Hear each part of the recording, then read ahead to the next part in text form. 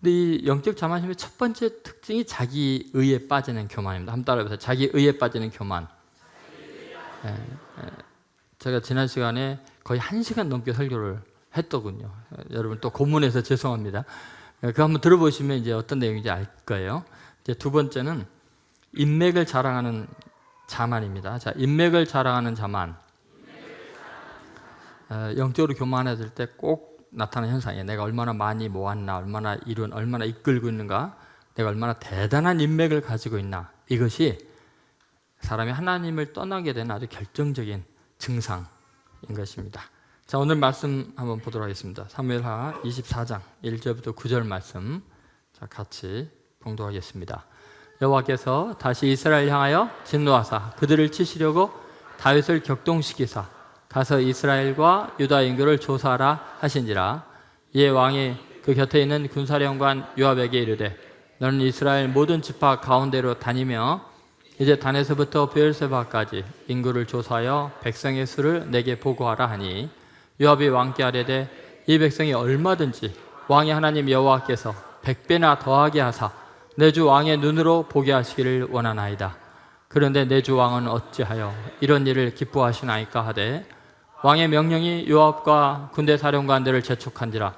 요압과 사령관들이 이스라엘 인구를 조사하려고 왕 앞에서 물러나 요단을 건너 갓 골짜기 가운데 성읍 아로엘 오른쪽 그 야셀 맞은 쪽에 이르러 장막을 치고 길앗에 이르고 닷디무시 땅에 이르고 또 다나안에 이르러서는 시돈으로 돌아 두로 견고한 성에 이르고 히윗 사람과 가나안 사람의 모든 성읍에 이르고 유다 남쪽으로 나와 보엘사바에 이르니라.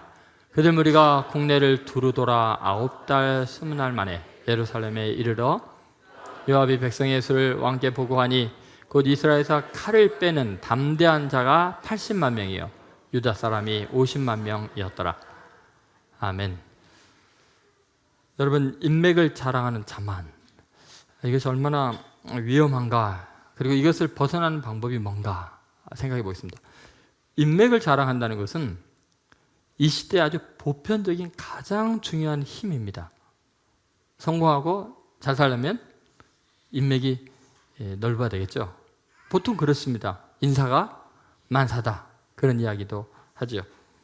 김승용 씨가 쓴 책 중에 사람이 즐거워지는 1만 명 인맥이라는 책이 있습니다.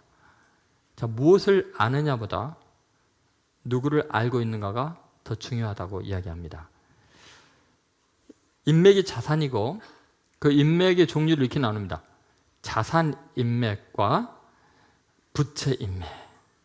무슨 말인지 알겠죠? 어떤 인맥은 나에게 자산이 되지만 어떤 인맥은 그 인맥 때문에 아주 무거운 짐이 되는 그런 사람들도 있습니다. 함께 웃어줄 수 있는 10명보다도 나를 도와줄 수 있는 자산 인맥 한 명이 10명보다 100배 더 중요하다, 이런 이야기를 하고 있습니다. 그리고 이분이 이제 인간관계를 5가지로 나누는데요.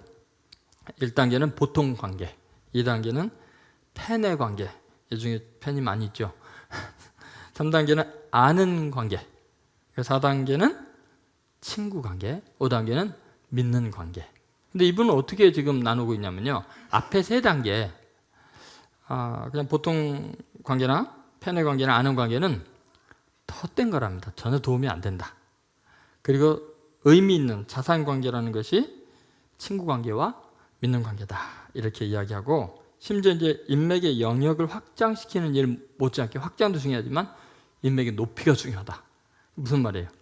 인맥을 사귈 때 권력이 있고 높고 힘 있는 사람들, 그런 것도 굉장히 중요하다, 막 그런 것 같아요. 또 이분만 이런 게 아니라 일반적으로 그렇습니다. 하루 1시간 인맥 관리에서 김기남이라는 분은 일반인의 평균 인맥 100명을 넘어서 500명으로 늘릴 수 있다면 우리는 지금보다 더 나은 삶을 누릴 수 있다는 생각에서 출발해서 자기 삶의 자선적인 결과물로서 이 책을 쓰게 됩니다. 인맥 500명 가운데 30%만 제대로 관리를 해도 우리는 인간관리 분야에서 아주 성공할 수 있고 다른 사람들보다 훨씬 성공할 확률이 높다, 이런 이야기들 하고 있죠.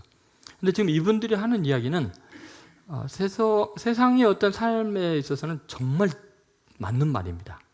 실제로 인맥이 많을 때 굉장히 해결이 안 된 일들이 다 해결이 되죠. 물론 이제 세월이 가면 그게 뒤집어져서 요새 일어나는 사건 같은 것들이 일어날 수도 있습니다. 굉장히 불안하지만 실제 삶에서 보면요, 인맥의 힘이라는 게 이렇게 크다는 거죠. 다윗이 지금 인구 조사를 하고 있거든요. 근데 다윗처럼 인맥이 탄탄한 사람도 없을 거예요. 정말 다윗을 위해서 목숨을 거는 장군들도 있었고요.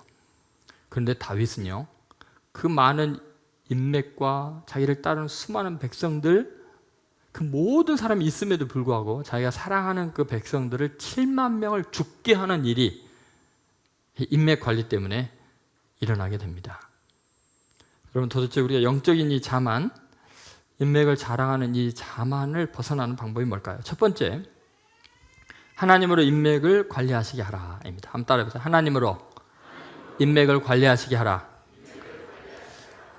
좀 불경하게 느끼겠지만 실제로 우리의 삶에 인맥을 결정하시고 연결시키시고 이끌어 가시는 분은 누구예요? 하나님이십니다. 여러분 믿습니까? 네, 그것을 지금 요압 장군이 다윗에게 각성을 시키고 있습니다. 자, 2절, 3절 말씀 같이 읽어보겠습니다. 이에 왕이 그 곁에 있는 군사령관 요압에게 이르되 너는 이스라엘 모든 집파 가운데로 다니며 이제 단에서부터 브엘세바까지 인구를 조사하여 백성의 수를 내게 보고하라 하니 요압이 왕께 아뢰되 이 백성이 얼마든지 왕의 하나님 여호와께서 100배나 더하게 하사 내 주 왕의 눈으로 보게 하시기를 원하나이다. 여러분, 지금 다윗이 지금 하는 말이 뭐예요? 그런데 내 주 왕은 어찌해서 이런 일을 기뻐하시나이까? 이렇게 요압이 이야기하죠. 다윗이 지금 기뻐하는 일은 뭐예요? 지금 인구를 다 조사해서 지금 수치화시키는 거죠. 그럼 객관화시켜서 자기가 얼마나 많은 백성을 거느리고 있고 칼을 능하게 쓰는 담대한 자가 자기 밑에 얼마나 많은지를 지금 보여주고 싶었고 그것을 굉장히 기뻐하고 있습니다. 지금 인생의 말년에 다윗은 성취감의 과시 욕망으로 지금 충만해 있죠. 백성의 수가 왕의 자랑이라는 것을 다 알고 있었습니다. 여러분, 자신이 이룬 업적을 바라보면서 얼마나 신나겠어요. 고대 근동에서 가장 강력한 군대를 거느린 왕이죠. 그런데 요압 장군은 지금 뭐라 그러냐면 왜 그런 일을 기뻐하십니까? 왜 그러죠? 요압 장군이 그거 기뻐할 일이 아니라고 신경 쓸 일이 어디 있다고 말하는 거예요. 하나님께서 그 백성의 숫자를 100배나 도와주실 분 아닙니까? 근데 굳이 왜 그렇게 자꾸 연결을 하려고 애를 쓰시느냐, 그런 이야기를 하는 거죠. 사실 다윗은요, 예전에는 하나님을 자기의 힘으로 삼았던 사람이에요. 필요하면 사람들이 얼마든지 사람 보내줄 수 있는 하나님이신 것을 믿었던 사람이죠. 다윗은 지금 과거에 자신의 말을 빌리자면 지금 인간을 의지하고 있고 인간을 두려워하고 있는 지금 심각한 상태에 빠져 있습니다. 시편 56편 4절, 10절, 11절에 보면 다윗이 얼마나 하나님만 의지했는지 알 수 있습니다. 이 세 구절에 5번이나 하나님을 의지한다는 말이 나와요. 다 같이 읽어보겠습니다. 내가 하나님을 의지하고 그 말씀을 찬송할지라. 내가 하나님을 의지하였은즉 두려워하지 아니하리니 혈육을 가진 사람이 내게 어찌하리이까. 내가 하나님을 의지하여 그의 말씀을 찬송하며 여호와를 의지하여 그의 말씀을 찬송하리이다. 내가 하나님을 의지하였은즉 두려워하지 아니하리니 사람이 내게 어찌하리이까. 여러분, 지금 다윗이 계속해서 반복하는 건 뭐예요? 내가 하나님을 의지하리니, 그 다음에 또 두 번 반복에 나오는 건 사람이 내게 어찌하리이까. 이 말은 긍정적이건 부정적이건 마찬가지예요. 지금 이 시를 언제 썼냐면요, 가데스 블레셋에 사로잡혀 있을 때예요. 가장 도움이 필요한 그 절박한 상황에서도 사람을 두려워하지 않았어요. 하나님을 의지했어요. 여러분, 우리가 신앙이 병들고 영적으로 자만해지면요, 하나님을 의지하지 아니하고 사람을 의지하려는 유혹에 빠집니다. 여러분, 대단히 위험한 상태에 있는 거죠. 혈육을 가진 사람이 내게 어찌하리이까. 여러분, 인간이 아무리 도와준다고 해봤자 그건 혈육을 가진 존재, 곧 죽고 없어질 존재들이에요. 혈육을 가졌다는 것은 쉽게 변하고 썩고 부패하는 마음을 가졌다는 거예요. 사람을 의지해서요, 아무리 도움이 안 됩니다. 짐이 되고 부담이 되는 것이 인간 존재입니다. 다윗은 원래 하나님을 자기의 도움으로 삼았던 사람이죠. 시편 146편 3절 5절에 이런 말씀이 있습니다. 같이 있습니다. 귀인들을 의지하지 말며 도울 힘이 없는 인생도 의지하지 말지니 그의 호흡이 끊어지면 흙으로 돌아가서 그날에 그의 생각이 소멸하리로다. 야곱의 하나님을 자기 도움으로 삼으며 여호와 자기 하나님에게 자기의 소망을 두는 자는 복이 있도다. 믿습니까? 네. 여러분, 어디에 소망을 두고 살아가십니까? 여러분, 도울 힘이 없는 인생들, 아무리 귀인이라고 해도 인간은요, 호흡이 끊어지는 순간 흙으로 돌아갑니다. 그래서 우리는 야곱의 하나님을 자기 도움으로 삼고 이스라엘의 하나님, 나의 하나님께 소망을 두는 복 있는 사람이 되어야 합니다. 자, 사울 왕을 생각해 보세요. 이 인맥의지병에 걸린 사람이 사울 왕입니다. 그래서 죽게 버림받죠. 왜냐하면 백성을 의지하고 두려워하는 지금 심각한 영적인 병에 걸려 있습니다. 사무엘상 15장 24절입니다. 같이 읽어보겠습니다. 사울이 사무엘에게 이르되 내가 범죄하였나이다. 내가 여호와의 명령과 당신의 말씀을 어긴 것은 내가 백성을 두려워하여 그들의 말을 청종하였음이니이다.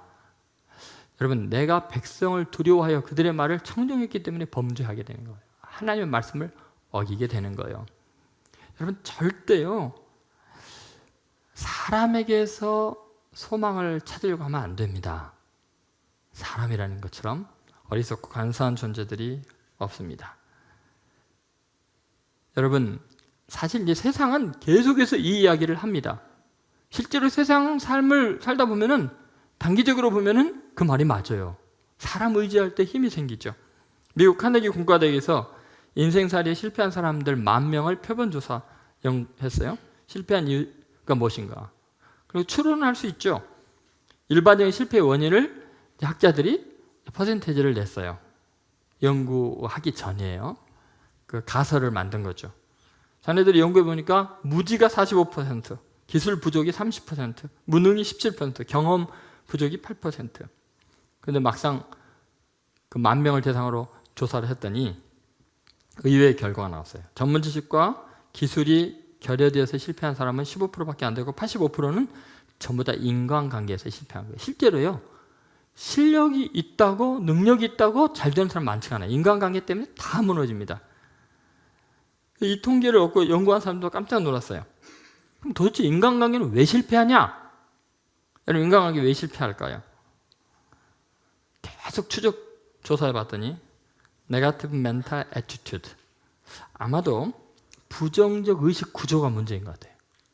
여러분, 인간관계를 맺을 때요, 모든 걸 삐딱하게 보고 부정적인 이야기를 하고 정죄하고 그런 사람들은요, 인간관계가 다 깨지겠습니다. 그 사람 아무리 실력이 있어도 만나기 싫습니다. 아무리 유능해도 이용할 때만 잠깐 보지 나중에 떠나고 싶은 생각이 들죠.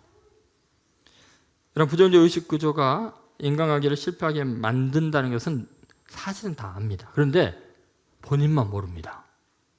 내가 지금 부정적 의식 구조를 갖고 사람을 대하고 있는 내 시각이 삐딱하다는 것 자체를 모르는 건 나만 모르고 남들은 다 알아요. 이게 심각합니다. 늘 문제의 원인, 관계가 파괴되는 원인을 다른 사람에게 돌리는 성향이 있기 때문에 이 사람은 자기 자신을 돌아보는 게 불가능합니다. 치유가 안 되죠. 인간관계의 실패가 문제인데 이 부정적인 의식 구조를 왜 갖게 됐을까를 생각해 봐야 합니다. 왜 사람이 이렇게 삐딱해질까? 그 이유는 간단합니다. 언젠가요, 인간에게 큰 상처를 받은 과거가 있으면요, 그게 아주 계속해서 삐딱하게 보게 만듭니다.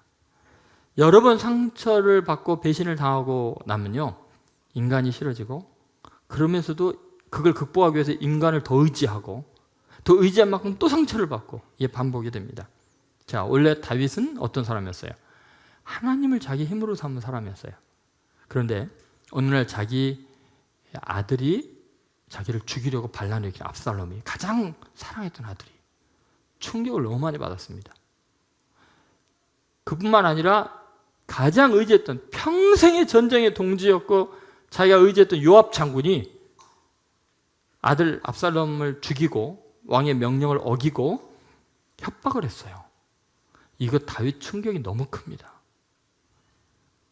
말은 할 수가 없어요. 왜냐하면 요압 장군이 너무나 힘이 세니까 군사력을 장악하고 있으니까 나중에 죽을 때 솔로몬에게 요압 반드시 제거하라고 이야기하죠. 피 흘리게 하라고. 너무나 많은 세바의 반란 이런 사람들 때문에 결국은 상처를 많이 받습니다. 그러다 보니까 든든한 인맥이 필요한 거예요. 내가 얼마나 영향력 있고 칼을 쓰는 담대한 자들이 내 밑에 얼마나 많은지를 과시하고 싶은 거예요. 내가 너희들이 생각하는 것처럼 만만한 사람이 아니라는 걸 보여주겠다. 사람 숫자를 객관화시켜서 보여주려고 하는 거죠. 여러분, 우리는요 정말 조심해야 됩니다.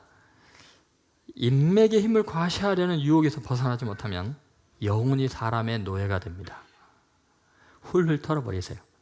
여러분 인생에 지금까지 가장 영향력 있고 가장 큰 도움이 됐던 사람 끊어버리지 않으면, 마음에서 떠나버리지 않으면 언젠가 그 사람 때문에 상처받습니다.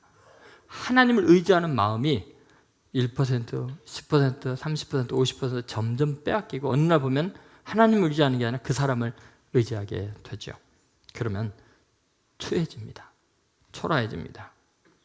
여러분, 사람은 다 변하게 돼 있어요. 좋아하고 사랑하고 기대한 만큼 배신감이 커지면요 잔인해지기까지 합니다. 그래서 오직 하나님만을 의지해야 서로 상처를 안 받게 됩니다. 여러분, 사람을 의지하면 반드시 기대한 만큼 자기에게 반응하지 못할 때 실망하게 됩니다. 또는 자기의 필요가 다 충족되고 더 이상 그 사람을 통해서는 충족이 안 된다고 생각하면 떠나가게 됩니다. 더구나 자신이 손해보는 입장이 되면은 얼마든지 저주하고 흉을 보게 됩니다. 그런데 여러분, 사람 눈치 보는 것만큼 피곤한 인생이 어디 있어요? 사람 마음을 붙잡을 수 있는 것은 바람을 잡으려는 것 같은 거예요. 그런데 그 사람의 마음이 늘 나를 향하게 하고 나를 이해해 줘야 되고 이렇게 생각하면요 그것처럼 신경이 곤두서고 피곤하고 가슴 아픈 일이 없는 거예요. 사람, 바람처럼 내게 왔다가 바람처럼 흘러가게 버려도 돼요. 굉장한 사람도 마찬가지예요. 중요한 것은 그 사람의 마음을 움직이시는 분이 누구예요? 하나님이시거든요. 그럼 우리가 누구 마음만 붙잡으면 돼요? 하나님 마음만 붙잡으면 돼요. 여러분, 우리가 초점을 맞추는 게 하나님이어야 돼요. 여러분, 우리가 하나님께 마음을 두고 하나님을 사랑하고 하나님을 의지하면요 하나님이 수많은 사람들에게 사랑받는 사람으로 우리를 바꿔주십니다. 사람들을 오게 하십니다. 로마서 14장 17절 같이 한번 읽어보겠습니다. 하나님의 나라는 먹는 것과 마시는 것이 아니요 오직 성령 안에 있는 의와 평강과 희락이라.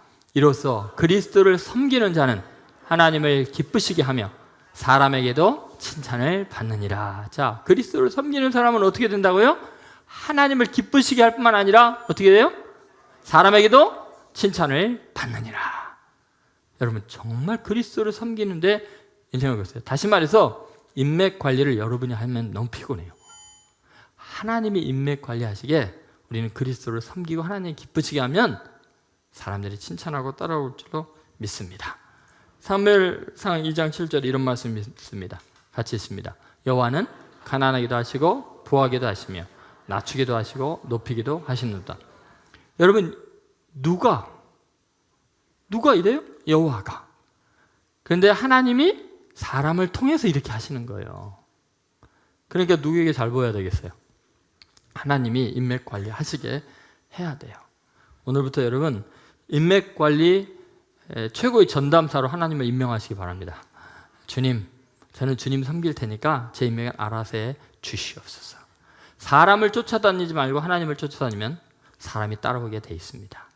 여러분, 오늘부터 하나님으로 인해서 내가 여호와를 의지하리니 내가 여호와를 의지하리니 했던 다윗처럼 그렇게 초심을 회복하는 여러분 되시기를 주의 이름으로 소원합니다. 두 번째, 그 인맥을 자랑하는 자만에서 벗어나려면 하나님께로부터 오는 절대적 만족감을 누리라. 한번 따라해 보세요. 하나님께로부터 오는 절대적 만족감을 누리라. 여러분, 독일 본 대학의 경제학자와 신경학자들이 뇌실험을 했습니다. 그 논문이 이제 과학술지인 사이언스지에 실렸어요. 이들이 어떤 실험을 했냐면요, 20대와 30대 38명을 2명씩 그 짝을 만들어갖고 19개 조를 만든 거예요. 그리고는 화면 모니터에다가 점을 갖다가 1.5초 동안 딱 보여주고 2명씩 이제 하는 거죠. 2명씩 나란히 앉아서 이제 모니터를 각각 따로따로 점의 숫자를 딱 보여준 다음에 그 다음에 아랍의 숫자를 딱 보여주는 거예요. 1.5초 후에. 그리고 이제 그게 점이 아랍의 숫자보다 많으면 많다, 적으면 적다 이렇게 하는 거예요. 그러면 맞춘 사람에게, 또 빨리 정확하게 맞춘 사람에게 30유로에서 120유로를 줬어요. 그러니까 한 번 맞출 때마다 그렇게 얻게 되는 거죠. 그러니까 상금액이 이렇게 올라가게 이제 화면에다 표시를 해놓으니까 맞춘 사람은 갑자기 막 도파민이 분비되고 기능성 자기 공명으로, 그러니까 fMRI로 뇌를 촬영하고 있었어요. 그러니까 자기가 돈이 딱 올라가면은 막 그냥 이게 막 보상, 뭐라 그러죠? 보상 체계인가? 보상센터, 뇌 보상센터가 막 활성화되고 그러는 거예요. 그리고 30유로보다는 60유로 받을 때 막 더 올라가고. 근데 놀라운 사실 하나 발견하는데요. 화학물질은 도파민까지 막 분비되는 이런 일을 쭉 보는데, 자기가 얼마를 받을 때보다도 더 이 보상 체계가 활성화되는 순간이 언제냐면 옆 사람보다 많이 받을 때. 그러니까 금액과 상관이 없어요. 그러니까 이거면 예를 들어서 나는 30 받았는데 저 사람은 뭐 못 받았다.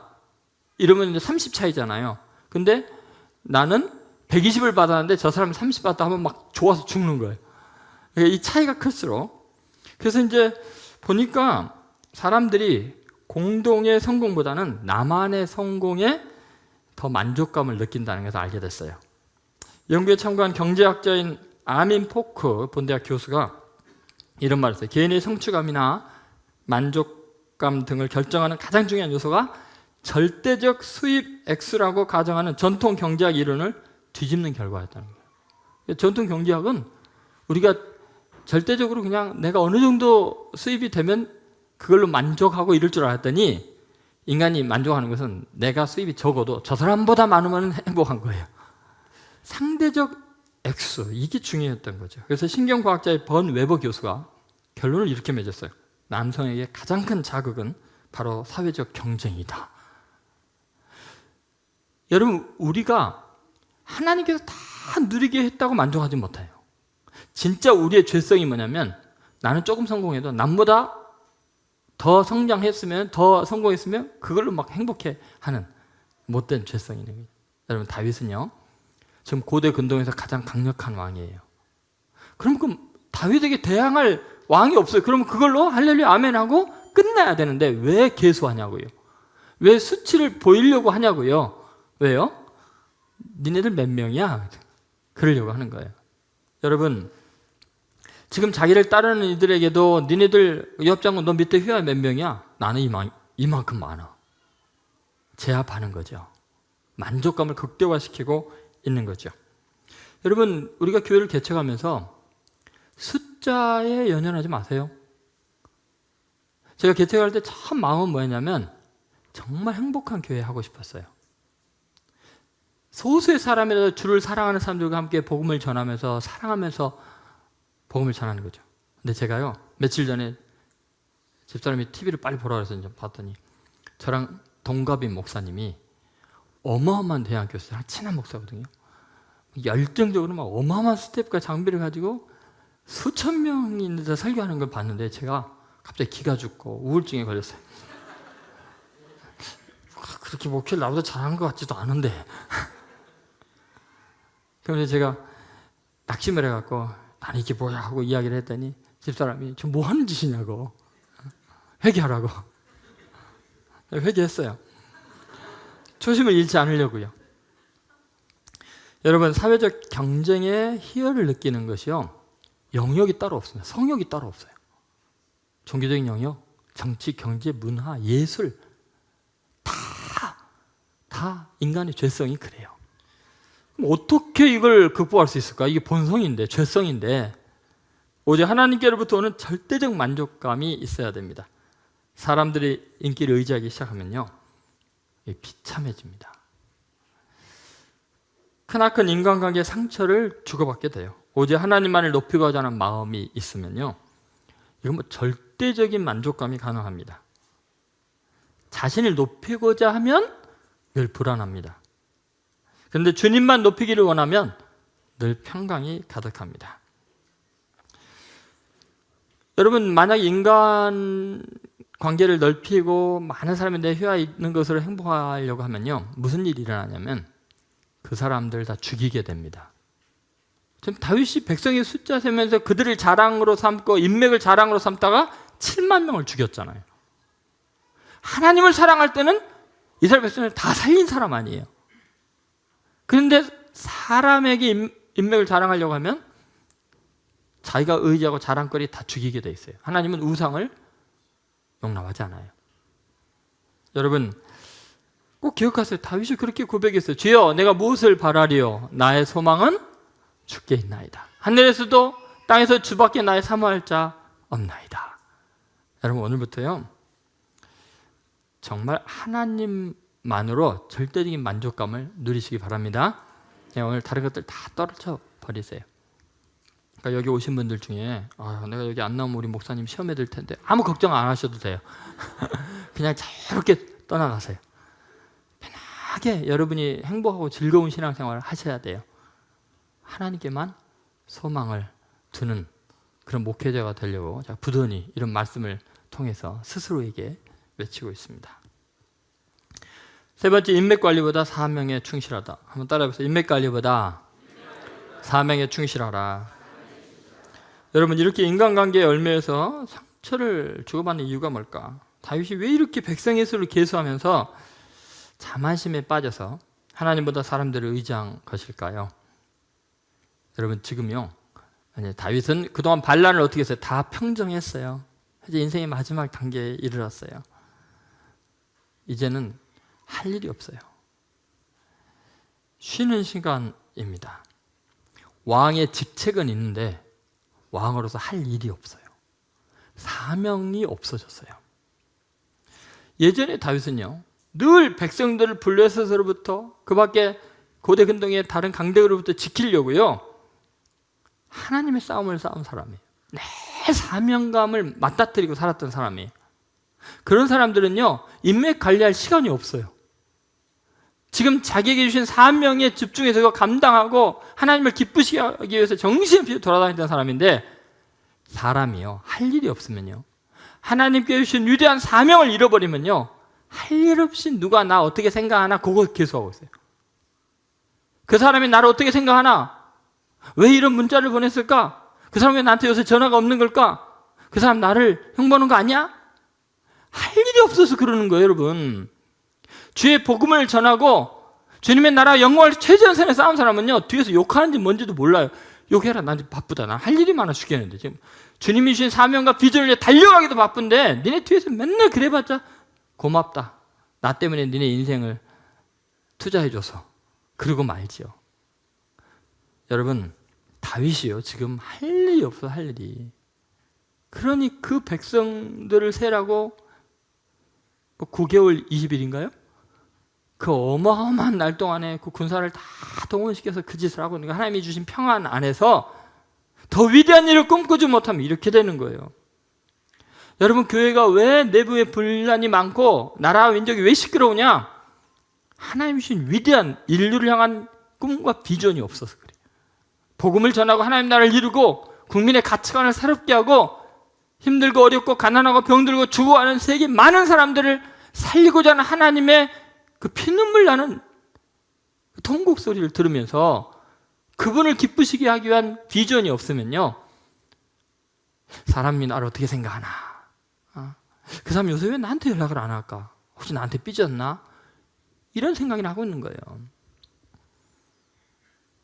여러분, 백성은요, 우리가 섬겨야 될 대상이지 자신의 힘을 과시하는 대상이 아니에요. 제가 목회를 하면서 그걸 굉장히 조심하려고 노력을 해요. 여러분이 제 힘에 목회 성공과 실패의 결정적인 대상이 되서는 안 돼요. 저는 여러분을 말씀으로 섬길 수 있는 데까지 섬기다가 주님이 오라고 하면 가시는 거예요. 가는 거예요. 언제 그렇게 될지 몰라요. 내가 섬겨야 될 대상을 내 자랑거리로 삼으면 그게 바로 우상이 되는 거예요. 교인이 우상되면 어떡합니까? 여러분, 부부관계도 똑같아요. 처음 사랑에 빠질 때는 그 사람 사랑하기 때문에 그 사람을 위해서 간이라 쐐기를 다 내줄 생각으로 만나다가 어느 날부터 자기를 섬기는 대상으로 전락시키고 나면 그때부터 이제 관계가 힘들어지는 거예요. 여러분, 회사도 마찬가지고요. 대통령과 국민의 관계도 똑같습니다. 여러분, 늘 우리는 섬김의 대상으로 다른 사람을 바라봐야지 자기 인맥 과시용으로 사람을 바라보면 반드시 비참하게 되어 있습니다. 여러분이 마음 아파하고 힘들어하는 이유가 뭡니까? 무엇 때문에 피곤해 하십니까? 잠을 못 이루는 이유가 도대체 뭡니까? 하나님이 내게 주신 그 사명을 위해서 하는 겁니까? 아니면 그 사람들이 왜 나를 그렇게 생각할까? 이러고 사십니까? 실상은 사람을 의지하는 사람은 속이 허한 사람입니다. 하나님과의 관계가 견고하지 못하니까 자꾸 사람 눈치 보면서 옳은 길을 따르지 않고 비굴한 길을 따르게 되지요. 사명을 상실하면 사명의 도구가 우상으로 전락합니다. 한번 따라해보세요. 사명을 상실하면 사명의 도구가 우상으로 전락한다. 여러분, 다윗이 인구조사를 왜 했는가를 그 내면 속에 있는 이 우상화를 살펴볼 수 있는 본문이 9절입니다. 자, 9절 한번 읽어보겠습니다. 요압이 백성의 수를 왕께 보고하니 곧 이스라엘에서 칼을 빼는 담대한 자가 80만 명이요 유다 사람이 50만 명이었더라. 여러분, 지금 총 합치면 130만 명이잖아요. 근데 여러분, 이 숫자가요 어마어마한 숫자예요. 자, 왜 그런가 한번 생각해 보세요. 지금부터 3,000년 전이에요. 인구 밀도가 희박한 시대예요. 지금 이스라엘 땅은 강원도나 경상도만한 땅이에요. 그 안에 담대히 칼을 빼는 자, 즉 군사 숫자만 센 거예요. 물론 대부분 이제 그 20세 이상만 남자 이렇게 세는데 여기는 이렇게 나와요. 아주 담대하게 칼을 빼는 자의 숫자 이렇게 나와요. 남자 장정 몇 명 이것도 아니고. 이 의미하는 바가 뭐겠어요? 여러분, 우리나라 인구가 몇 명 정도 돼요? 예? 남북 다 합쳐서 7천만, 남한이 한 4천만 되나요? 그런데 여러분 한번 생각해 보세요. 우리 남한의 그 군인 숫자가 몇 명이에요? 60만이라 알잖아요. 근데 다윗의 나라의 군인 숫자가 몇 명이라고요? 130만 명. 역대상 21장에는 157만 명으로 나와요.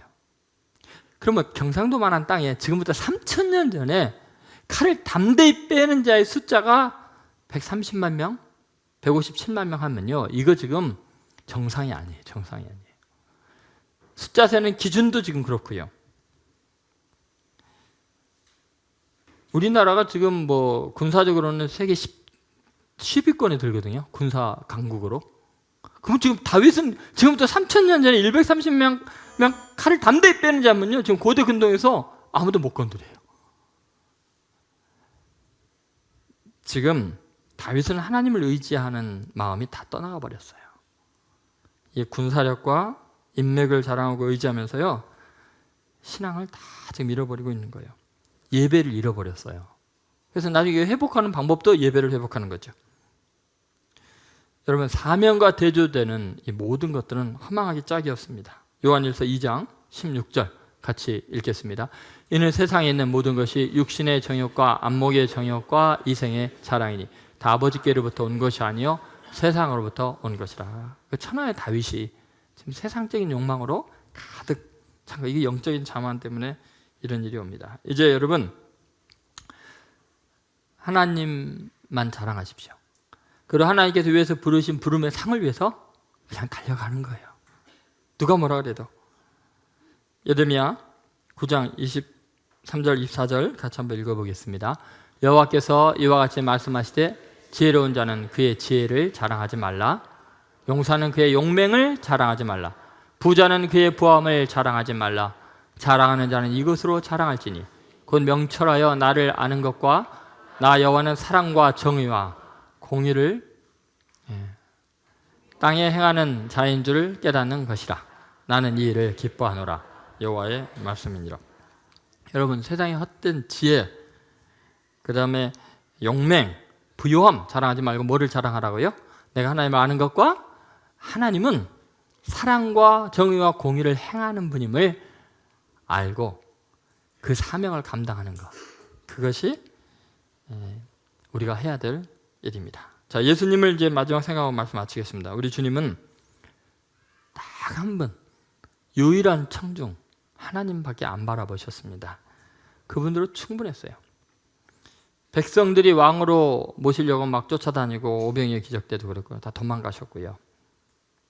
주님이 주신 사명은 십자가 지는 거였어요. 인류를 구원하는 거였어요. 백성들을 자기의 자랑거리로 만들지 않으셨어요. 무리를 떠나 한적한 곳으로 가셔서 늘 하나님께 기도하셨어요. 주님이 버리고 간 무리들을 우리는 추잡하게 따라다니면서 구걸하고 있지 않은가 생각해 봐야 합니다. 요한복음 8장 29절에 주님이 말씀하십니다. 같이 읽겠습니다. 나를 보내시니가 나와 함께 하시도다.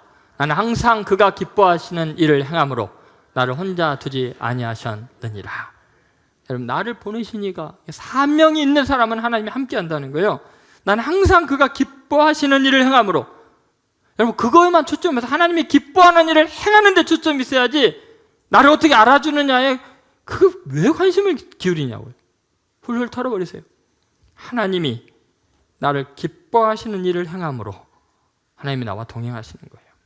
온 천지가 날 버려도 주 예수 안 버려. 끝까지 나와 동행하시네. 기도하겠습니다. 하나님 앞에 여러분 결단히 기도하시기 바랍니다.